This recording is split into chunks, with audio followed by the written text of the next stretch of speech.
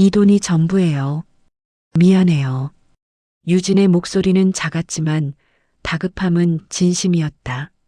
노파는 손을 떨며 그 돈을 받아들였다. 그날 밤 유진은 아무도 모르게 병원까지 동행했고 자신이 한 번도 상상하지 못한 운명의 실타래를 건드렸다. 며칠 뒤 정오 사무실 앞에 도열한 벤츠오대는 단순한 선물이 아니었다. 그것은 문이었고 동시에 덫이었다. 이제 스토리는 시작되며 당신이 보게 될 것은 50만 원이 불러온 거대한 파장이다.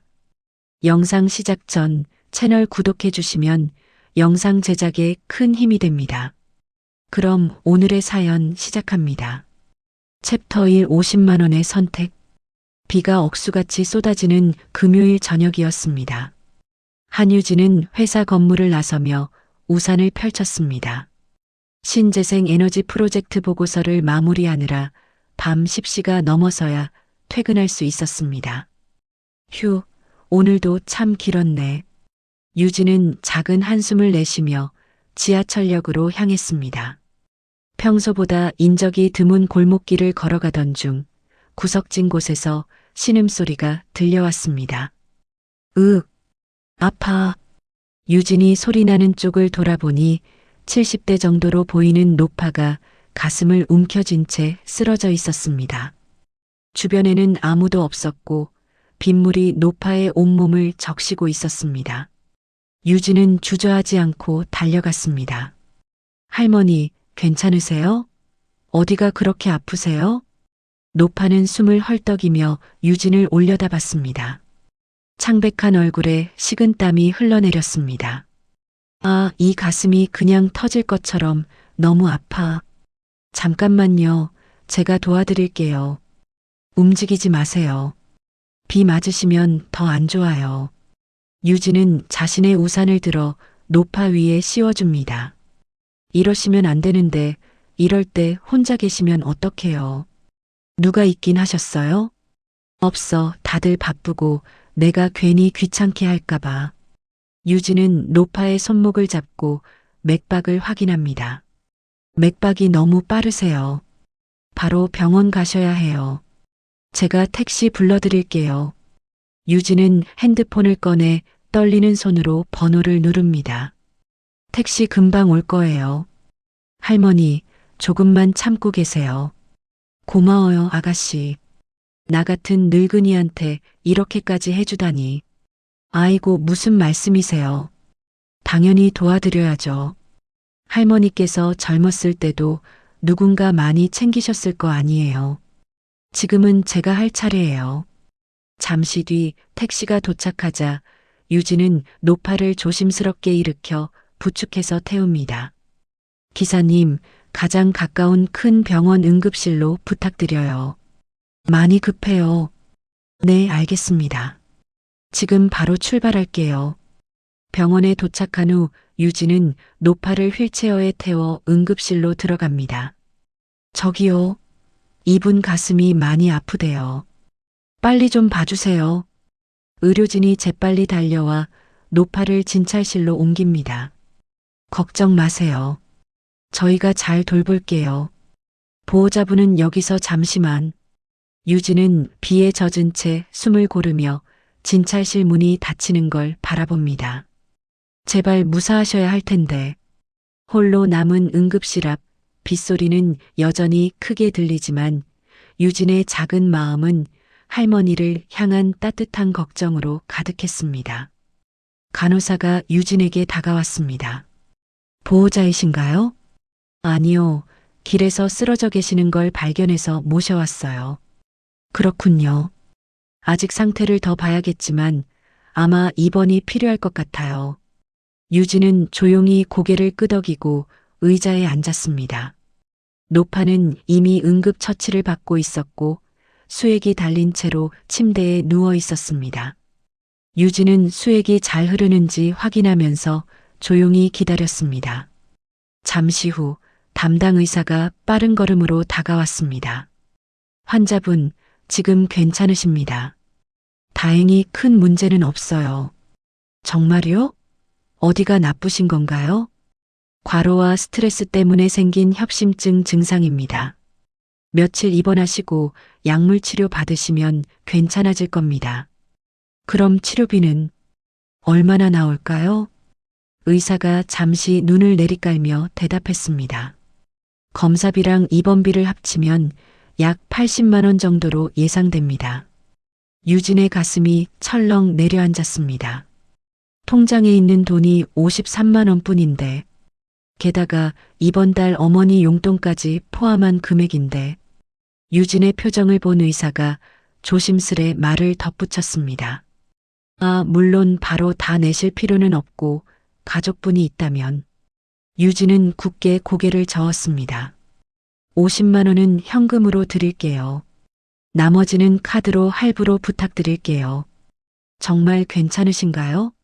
가족도 아닌데 부담되실 텐데 간호사가 조심스럽게 물었습니다. 유진은 약간의 미소를 띠고 부드럽게 고개를 끄덕였습니다. 사람이 아프면 도와야죠. 이런 상황에 망설일 수가 없더라고요. 유진은 자신의 휴대폰을 노파에게 건넸습니다. 할머니, 가족분께 연락해 보세요. 걱정하실 거예요. 노파는 떨리는 손으로 번호를 눌렀습니다. 하지만 한참을 시도해도 전화는 받지 않았습니다. 이상하네. 왜 이렇게 안 받지? 혹시 바쁜가? 자꾸만 연결되지 않는 신호음에 유진은 조용히 노파의 어깨에 손을 얹었습니다. 괜찮아요, 할머니. 조금만 기다리면 연락되실 거예요. 지금은 몸부터 잘 추스르셔야 해요. 노파는 힘겹게 고개를 끄덕이며 작은 목소리로 답했습니다. 미안하고 또 고맙고 아가씨가 아니었다면 나 정말 어쩔 뻔했을까. 유진은 더는 아무 말도 하지 않았습니다. 다만 한 번 더 크고 따뜻하게 노파의 손등을 감싸며 조용히 미소 지었습니다. 괜찮아요. 내일 다시 연락해 보세요. 제가 오늘 밤 여기 있을게요. 유진은 노파 침대 옆 의자에 앉았습니다. 노파가 유진의 손을 꼭 잡았습니다. 아가씨, 정말 고마워요. 이런 은혜를 어떻게 갚을지. 유진은 부드럽게 웃으며 고개를 저었습니다. 갚을 것도 없어요, 할머니. 제가 당연한 일을 한 거예요. 너무 걱정 마세요. 시간이 흘러 새벽 3시, 병원 로비에 발소리가 울렸습니다. 정장을 차려입은 남성들이 들어섰습니다. 말끔한 머리, 고급스러운 구두, 빗물 한 방울 묻지 않은 외투까지. 그들 뒤에 서 있던 검은 고급 세단이 병원 불빛 아래에서 반짝였습니다. 어머님, 왜 연락을 안 받으셨어요? 우리가 얼마나 걱정했는지 아세요? 그중 한 명이 부드러운 목소리로 노파에게 다가갔습니다. 노파가 유진을 가리키며 말했습니다. 이 아가씨가 아니었으면 나 정말 큰일 날 뻔했어. 생명의 은인이야. 천사 같은 아이야. 남성들은 놀란 눈으로 유진을 바라봤습니다. 그리고 동시에 유진 앞에 나란히 서서 허리를 깊이 숙였습니다. 정말 진심으로 감사드립니다. 어떻게 보답을 해야 할지. 유진은 손사래를 치며 당황한 얼굴로 대답했습니다. 정말 괜찮아요. 할머니가 지금 이렇게 건강해지신 것만으로도 충분해요. 노파가 유진의 손을 꼭 쥐고 말을 이었습니다. 내가 꼭 기억할게. 아가씨 같은 사람 세상에 또 있을까 싶어. 노파와 남성들은 조심스럽게 노파를 부축해 고급 세단에 탔습니다. 순식간에 병원 앞은 다시 한적해졌습니다. 유진은 조용히 집으로 돌아왔습니다. 집에 도착해 지갑과 통장을 확인하니 잔고는 3,000원 뿐이었습니다. 유진은 컵라면에 뜨거운 물을 부으며 미소를 지었습니다. 그래도 할머니가 무사하셔서 다행이야. 후회는 전혀 없었습니다. 오히려 마음 한 곳이 따뜻하게 채워지는 기분이었습니다. 챕터 2 숨겨진 정체. 한 달이 흘렀습니다. 강선희는 비밀리에 한유진의 일상을 조사하고 있었습니다. 사설 조사원이 가져온 두꺼운 파일에는 유진의 성실한 근무 태도, 정직한 성격, 그리고 부모님께 매달 용돈을 붙이는 모습 등이 적혀 있었습니다. 이 아이는 정말 특별하군. 강선희 회장은 조용히 중얼거렸습니다. 진중한 눈빛이 유진의 사진 위로 머물렀습니다. 어느 화창한 점심시간, 유진은 늘 그랬듯 회사 앞 편의점에서 도시락을 사들고 나왔습니다. 그때 갑자기 부르릉 엔진 소리가 울리며 커다란 벤츠 S클래스 5대가 회사 앞에 일렬로 멈춰 섰습니다. 검은 정장을 입은 경호원들이 동시에 문을 열고 내렸습니다. 일사불란하게 유진 쪽으로 다가와 한 줄로 줄을 섰습니다. 주변 직장인들은 눈이 휘둥그레졌습니다. 저 사람 누구야?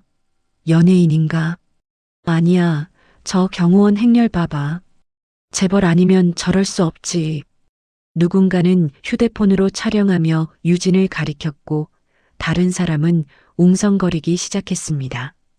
유진은 도시락을 든 채 그 자리에 멈춰 섰습니다. 저한테 왜 이러시죠?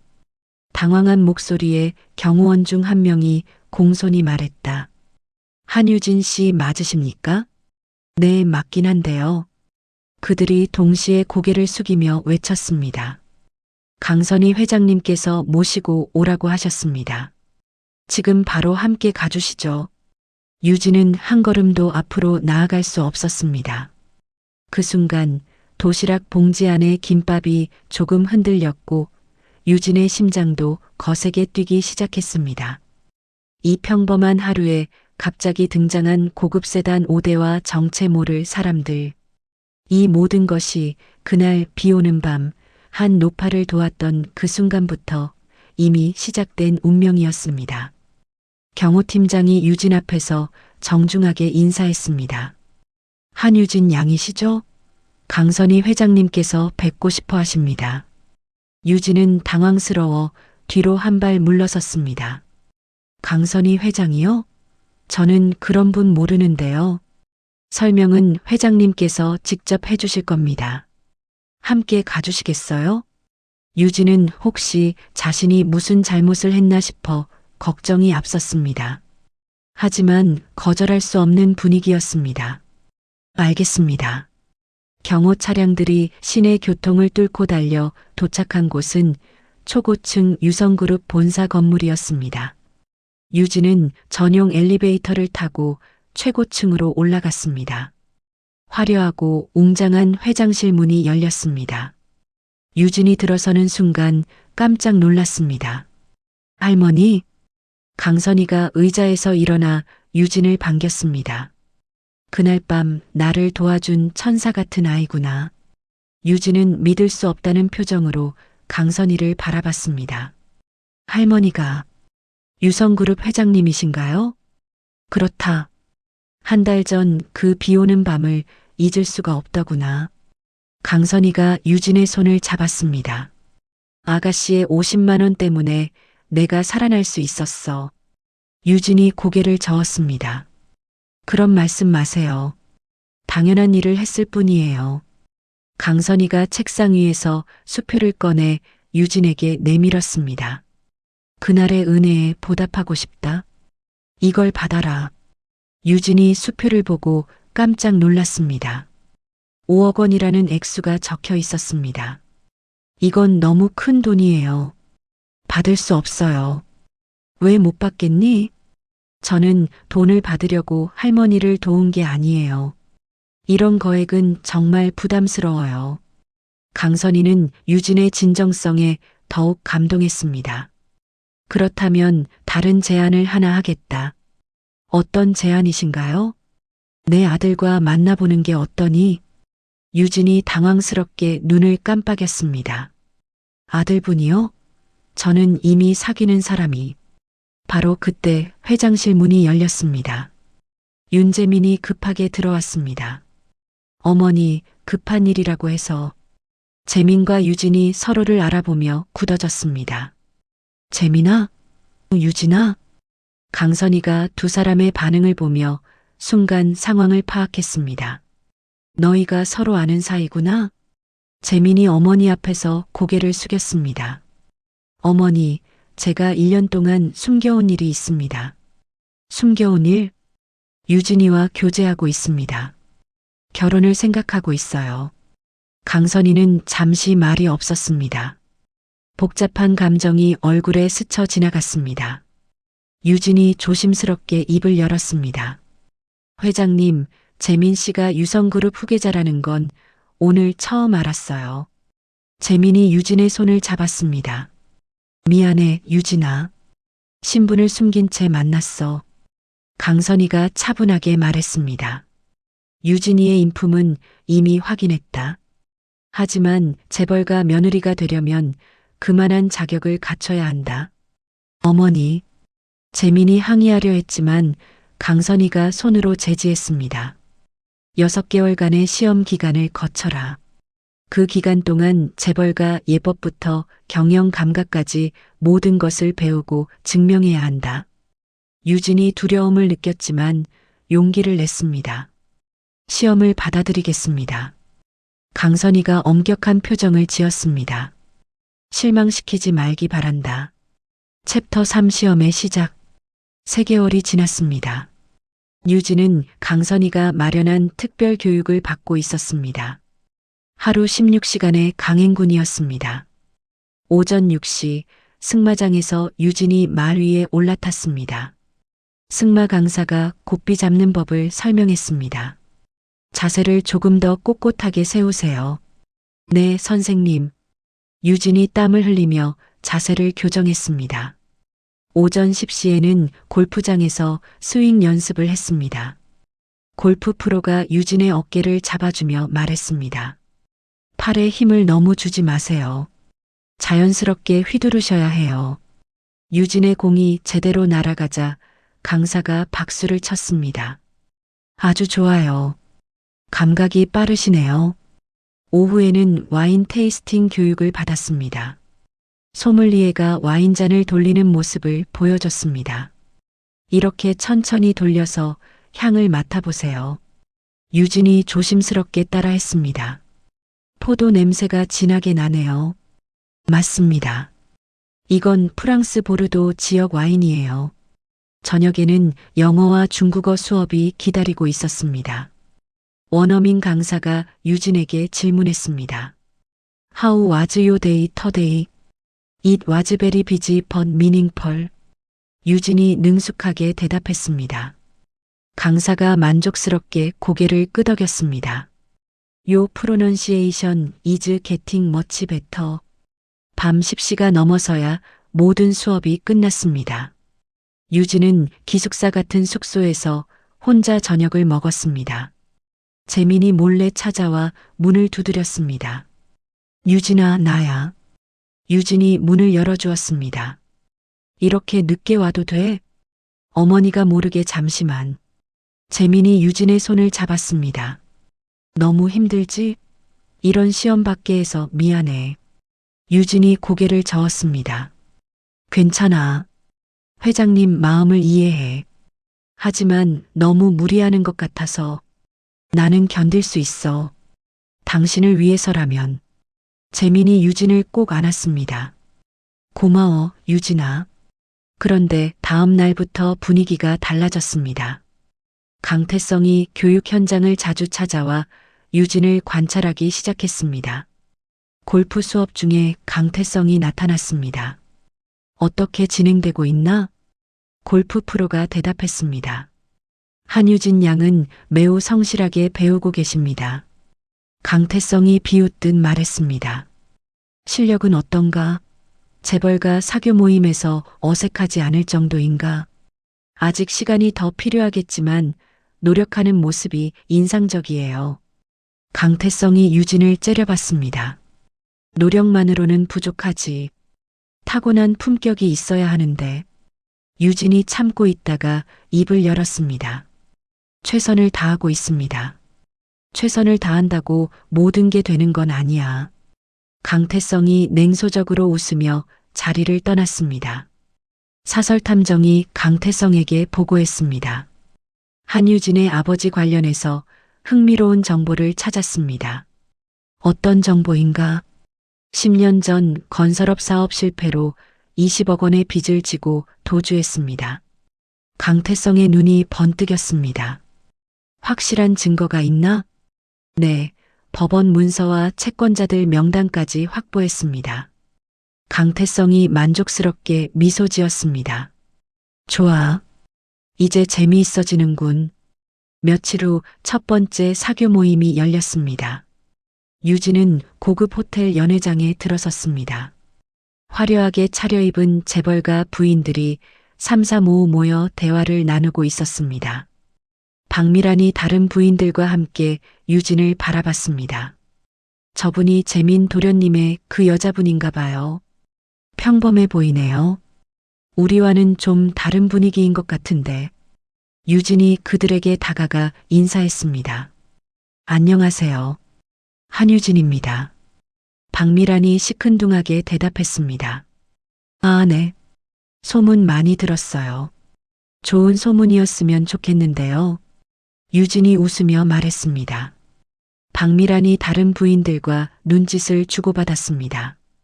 유진 씨는 어느 대학 출신이세요? 지방 국립대학교 나왔어요. 아, 그렇군요. 분위기가 싸늘해졌습니다. 부인들이 의도적으로 유진을 대화에서 배제시키기 시작했습니다. 챕터 4 치밀한 함정. 6개월이 지났습니다. 강태성은 결정적인 공격을 준비하고 있었습니다. 그룹 임원진과 주요 친족들이 참석한 회의실에서 폭탄 선언이 터졌습니다.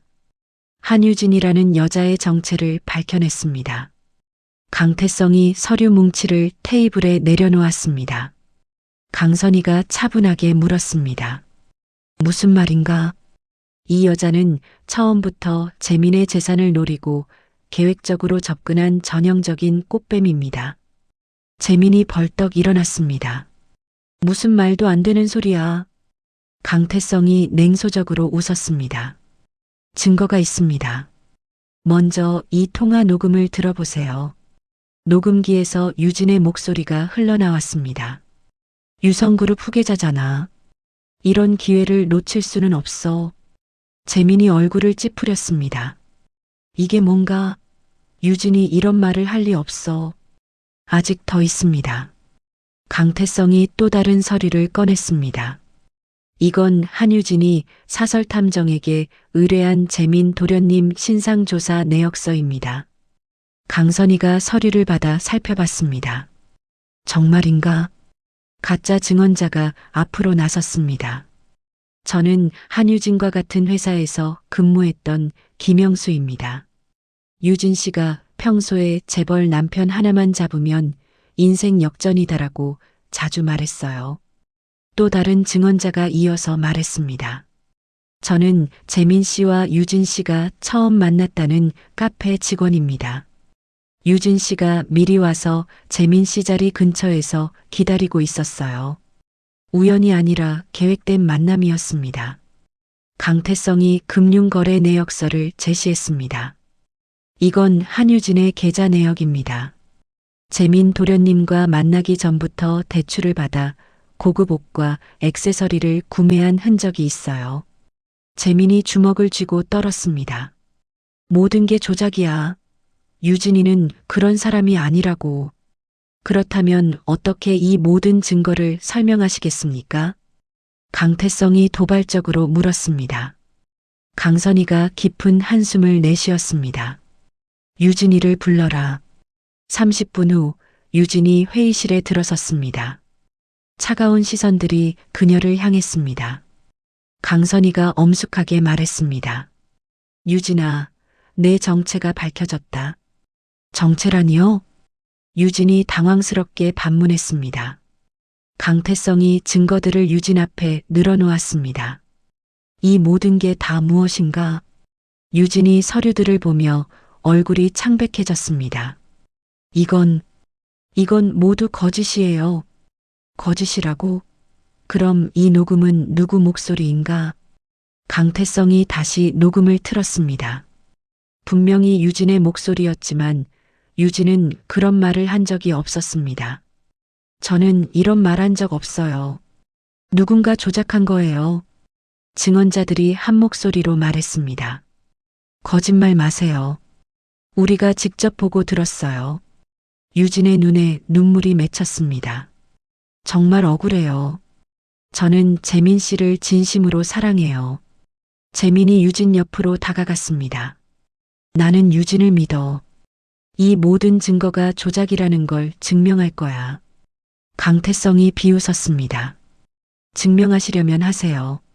하지만 증거는 증거입니다. 강선희가 복잡한 표정을 지었습니다. 그동안 유진을 지켜보며 느낀 진정성과 지금 제시된 증거들 사이에 괴리감을 느꼈습니다. 시간이 필요하다.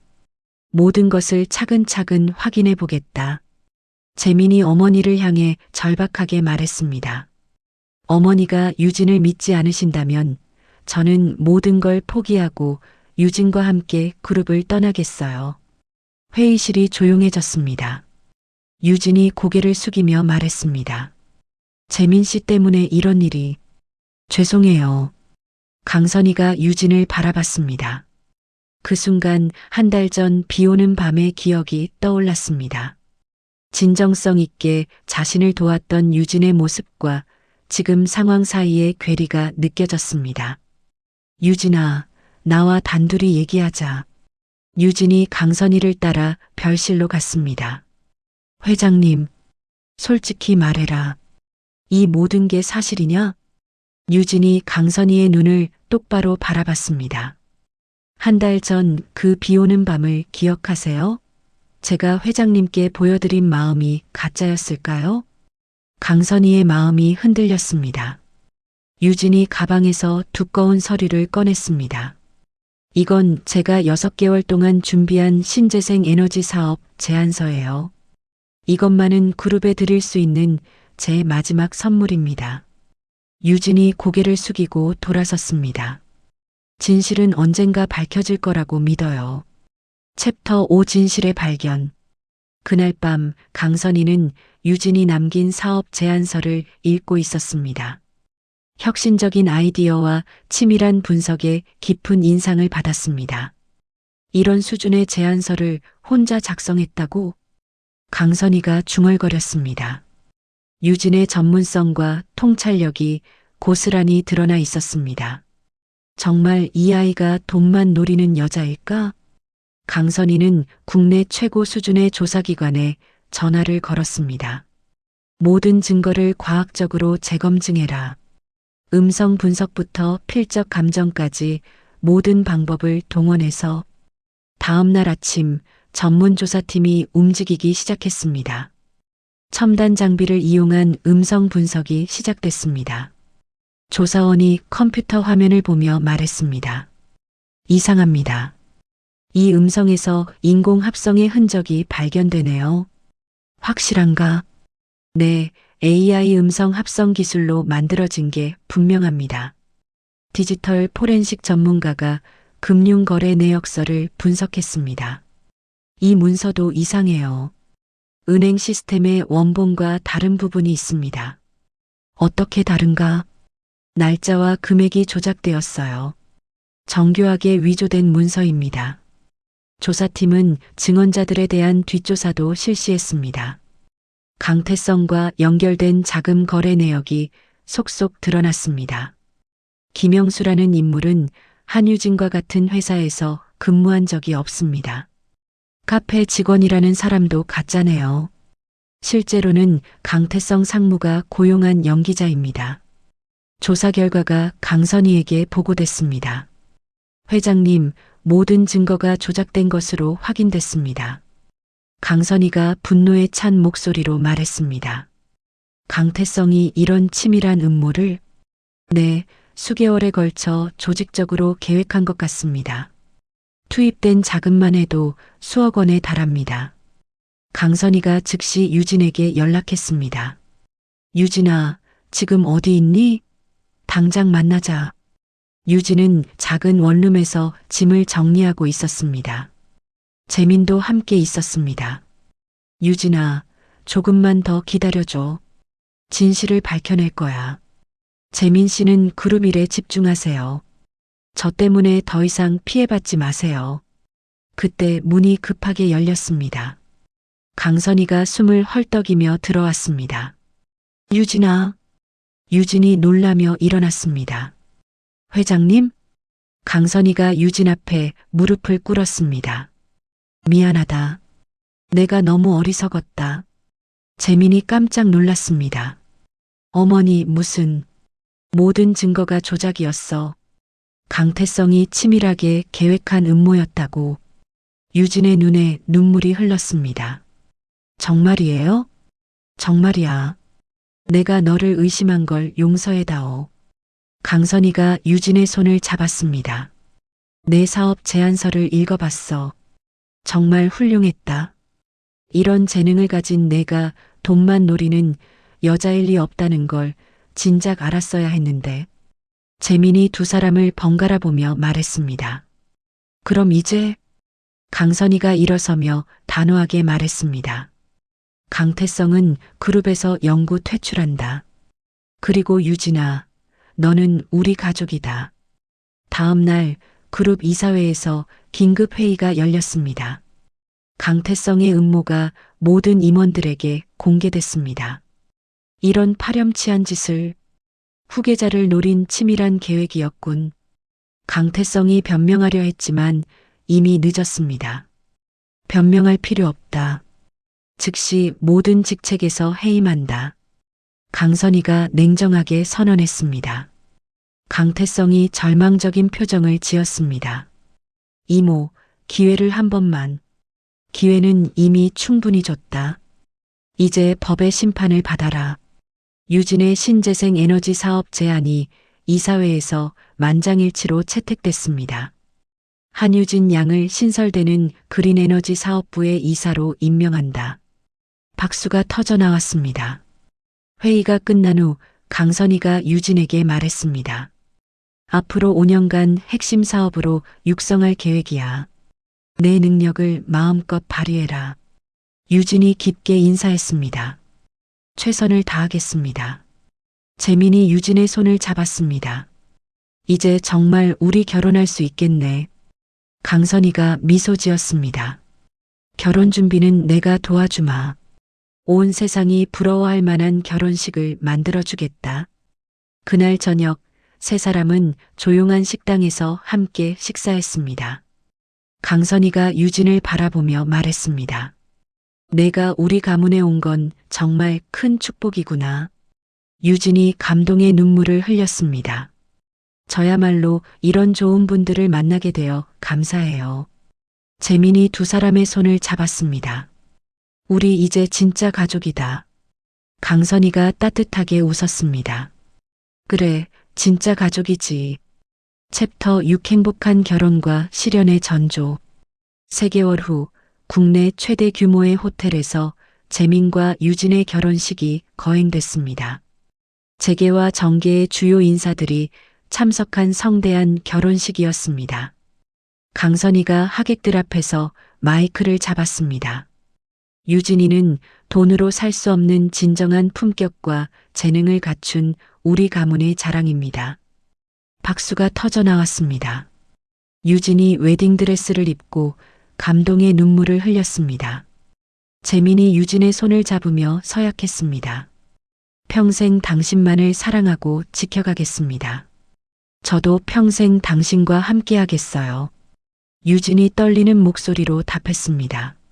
신혼 초기 유진은 바쁜 나날을 보냈습니다. 오전에는 그린에너지 사업부 이사로서 업무를 처리했습니다. 이번 분기 실적이 예상보다 20% 높게 나왔습니다. 직원이 보고했습니다. 좋은 성과네요. 다음 달 신규 프로젝트 준비는 어떻게 진행되고 있나요? 순조롭게 진행 중입니다. 유진 이사님 덕분에 혁신적인 기술 도입이 가능해졌어요. 오후에는 재벌가 안주인으로서의 역할을 했습니다. 자선단체 모임에 참석해 기부금을 전달했습니다.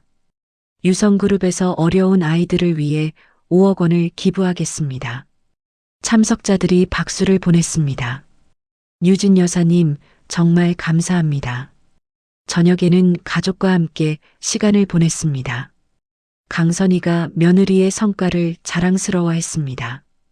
유진이 덕분에 그룹 이미지가 많이 좋아졌구나. 제가 할 일을 했을 뿐이에요. 유진이 겸손하게 답했습니다. 재민이 아내를 바라보며 말했습니다. 당신이 있어서 내가 더 좋은 사람이 되는 것 같아. 1년이 지나고 유진에게 기쁜 소식이 생겼습니다. 산부인과에서 의사가 웃으며 말했습니다. 축하드려요. 임신 6주 차입니다. 유진이 눈물을 글썽이며 배를 만졌습니다. 정말이에요? 네, 아기가 건강하게 잘 자라고 있어요. 집에 돌아와 유진이 재민에게 소식을 전했습니다. 여보, 우리한테 아기가 생겼어. 재민이 유진을 들어올리며 기뻐했습니다. 정말? 정말이야? 조심해, 아기 있다고 했잖아. 유진이 웃으며 말했습니다. 강선이도 손자 소식에 눈물을 흘렸습니다. 드디어 우리 가문에 대를 이을 아이가 생기는구나. 임신 기간 동안 유진은 더욱 조심스럽게 생활했습니다. 하지만 그린에너지 사업부 일은 계속 처리했습니다. 임신 중인데 너무 무리하는 것 아닌가? 재민이 걱정했습니다. 괜찮아. 일하는 게 더 좋아. 아기한테도 좋은 자극이 될 거야. 10개월 후 아들 윤서준이 태어났습니다. 온 가족이 산부인과로 달려왔습니다. 축하드립니다. 건강한 아들입니다. 의사가 아기를 안겨주었습니다. 강선이가 손자를 보며 흐뭇해했습니다. 우리 서준이 할머니가 세상에서 제일 사랑한다. 재민이 아들을 바라보며 다짐했습니다. 아빠가 세상에서 가장 훌륭한 아버지가 되어줄게. 하지만 행복은 오래가지 못했습니다. 서준이 생후 6개월이 되던 날 정기 검진에서 문제가 발견됐습니다. 소아과 의사가 심각한 표정을 지었습니다. 심장에 문제가 있는 것 같습니다. 정밀 검사가 필요해요. 유진의 얼굴이 창백해졌습니다. 어떤 문제인가요? 선천성 심실 중격 결손으로 보입니다. 큰 병원으로 가서 확진을 받아보세요. 대학병원에서 정밀 검사 결과가 나왔습니다. 심장내과 교수가 엑스레이 사진을 보여주었습니다. 심실 사이에 구멍이 있습니다. 수술이 필요한 상황이에요. 재민이 떨리는 목소리로 물었습니다. 위험한 수술인가요? 생후 6개월 아기에게는 부담이 큰 수술입니다. 하지만 하지 않으면 더 위험해져요. 유진이 아이를 안으며 눈물을 흘렸습니다. 제가 임신 중에 스트레스를 많이 받아서 그런 건가요? 의사가 조심스럽게 답했습니다. 확실한 원인은 알기 어렵지만 모체의 스트레스가 영향을 줄 수는 있어요. 그날 밤 유진은 자책하며 잠을 이루지 못했습니다. 내가 아이한테 이런 병을 안겨준 거야. 재민이 아내를 달랬습니다. 당신 잘못이 아니야. 우리가 함께 이겨내자. 강선이도 손자 걱정에 밤잠을 설쳤습니다. 전 세계 최고 의료진을 모셔와서라도 서준이를 살려내겠다. 챕터 7 생명을 건 수술. 강선이는 즉시 전 세계 최고 심장외과 전문의들에게 연락을 취했습니다. 미국 존스 홉킨스 병원과 독일 베를린 심장센터의 의료진이 한국으로 긴급 초청됐습니다. 돈은 얼마든지 쓰겠다. 우리 손자만 살려달라. 강선이가 간절하게 부탁했습니다. 국제의료진 합동팀이 구성됐습니다. 한국, 미국, 독일의 최고 심장외과 전문의 3명이 서준이의 상태를 정밀 진단했습니다. 미국 의사가 3D 영상을 보며 설명했습니다. 심실 중격 결손의 크기가 상당합니다. 하지만 수술이 불가능한 것은 아니에요. 독일 의사가 덧붙였습니다. 다만 생후 6개월 아기에게는 매우 위험한 수술입니다. 성공률이 65% 정도예요. 유진이 떨리는 목소리로 물었습니다. 수술을 미루면 안 될까요? 아이가 더 자랄 때까지. 한국 의사가 고개를 저었습니다. 지금도 심장에 무리가 가고 있어요. 더 미루면 아이에게 더 위험할 수 있습니다. 재민이 의료진에게 물었습니다. 그럼 언제 수술하는 게 좋을까요? 빠를수록 좋습니다. 일주일 후가 적당할 것 같아요. 유진과 재민은 며칠간 고민했습니다. 밤마다 인큐베이터 옆에서 아이를 지켜봤습니다. 서준아, 엄마가 잘못 생각한 건 아니겠지? 유진이 작은 손을 만지며 속삭였습니다. 재민이 아내의 어깨에 손을 올렸습니다. 위험을 감수하고라도 수술을 받자. 그래야 서준이가 건강하게 자랄 수 있어. 정말 그렇게 생각해? 응. 우리가 포기하면 안 돼. 강선이도 두 사람의 결정을 지지했습니다. 의료진도 최고로 준비했고 수술 장비도 최신 것으로 갖췄다. 이제 믿고 기다리는 수밖에. 한편 이 시기에 강태성과 관련된 충격적인 사실이 밝혀졌습니다. 수사기관이 강선희를 찾아와 보고했습니다. 강태성이 몰락 후에도 해외 자금을 이용해서 유진 씨를 괴롭혔던 것으로 밝혀졌습니다. 무슨 말인가? 임신 중인 유진 씨에게 심리적 압박을 가하기 위해 전문 조직까지 고용했어요. 강선희의 얼굴이 붉어졌습니다. 그 자식이 감히 스토킹과 협박을 통해 극심한 스트레스를 유발시켰습니다. 이것이 태아에게 악영향을 끼쳤을 가능성이 높아요. 강선희가 주먹을 쥐었습니다. 즉시 고발하라. 끝까지 법의 심판을 받게 하겠다. 수술 전날 밤 온 가족이 병원에 모였습니다. 유진이 인큐베이터 속 서준이에게 말했습니다. 우리 서준아, 내일 아프겠지만 꼭 이겨내야 해. 엄마가 반드시 지켜줄게. 재민이 아들의 작은 손을 만졌습니다. 아빠도 여기 있어. 우리 서준이가 제일 용감하잖아. 강선희가 손자를 보며 기도했습니다. 하늘에서 우리 서준이를 지켜주세요. 수술 당일 새벽 6시 서준이가 수술실로 들어갔습니다. 10시간에 걸친 대수술이 시작됐습니다. 유진과 재민, 강선희는 수술실 앞에서 초조하게 기다렸습니다. 왜 이렇게 오래 걸리지? 유진이 불안해했습니다. 재민이 아내를 안으며 위로했습니다. 의사 선생님들이 최선을 다하고 계셔. 조금만 더 기다려보자. 오후 2시 중간 보고가 있었습니다. 수술이 절반 정도 진행됐습니다. 지금까지는 순조롭게 진행되고 있어요.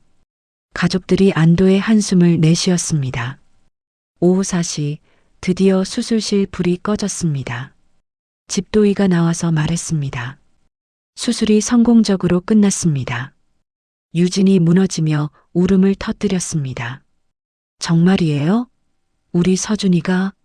네, 아기가 정말 용감하게 버텨줬어요. 재민이 의사에게 깊게 인사했습니다. 정말 감사합니다. 강선희도 눈물을 흘리며 의료진에게 고개를 숙였습니다. 생명의 은인들이십니다.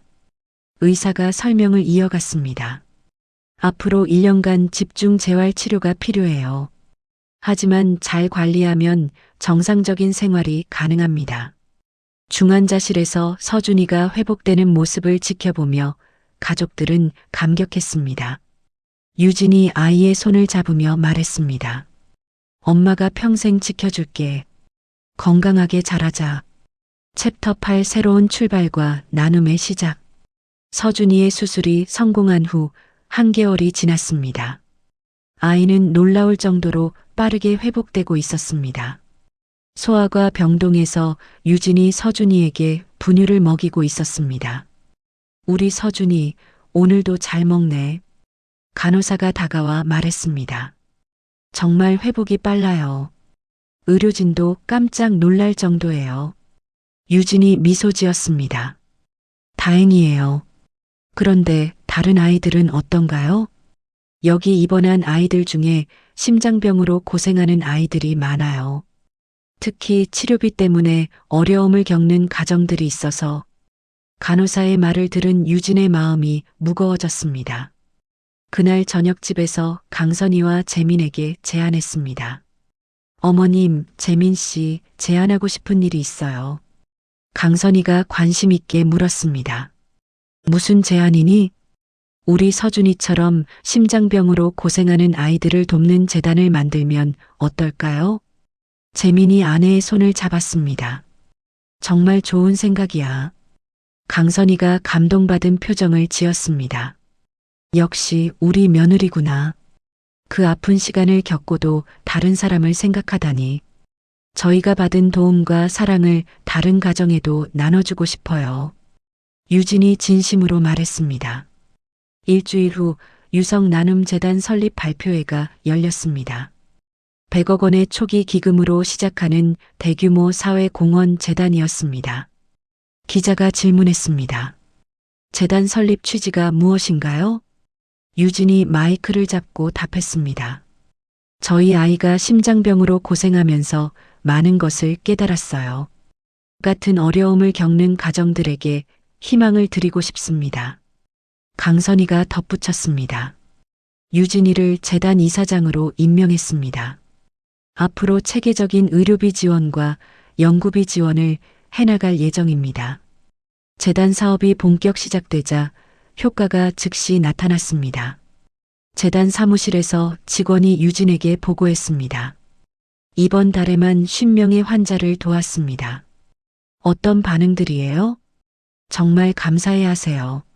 치료를 포기하려던 가정들이 다시 희망을 찾았어요. 유진이 뿌듯해했습니다.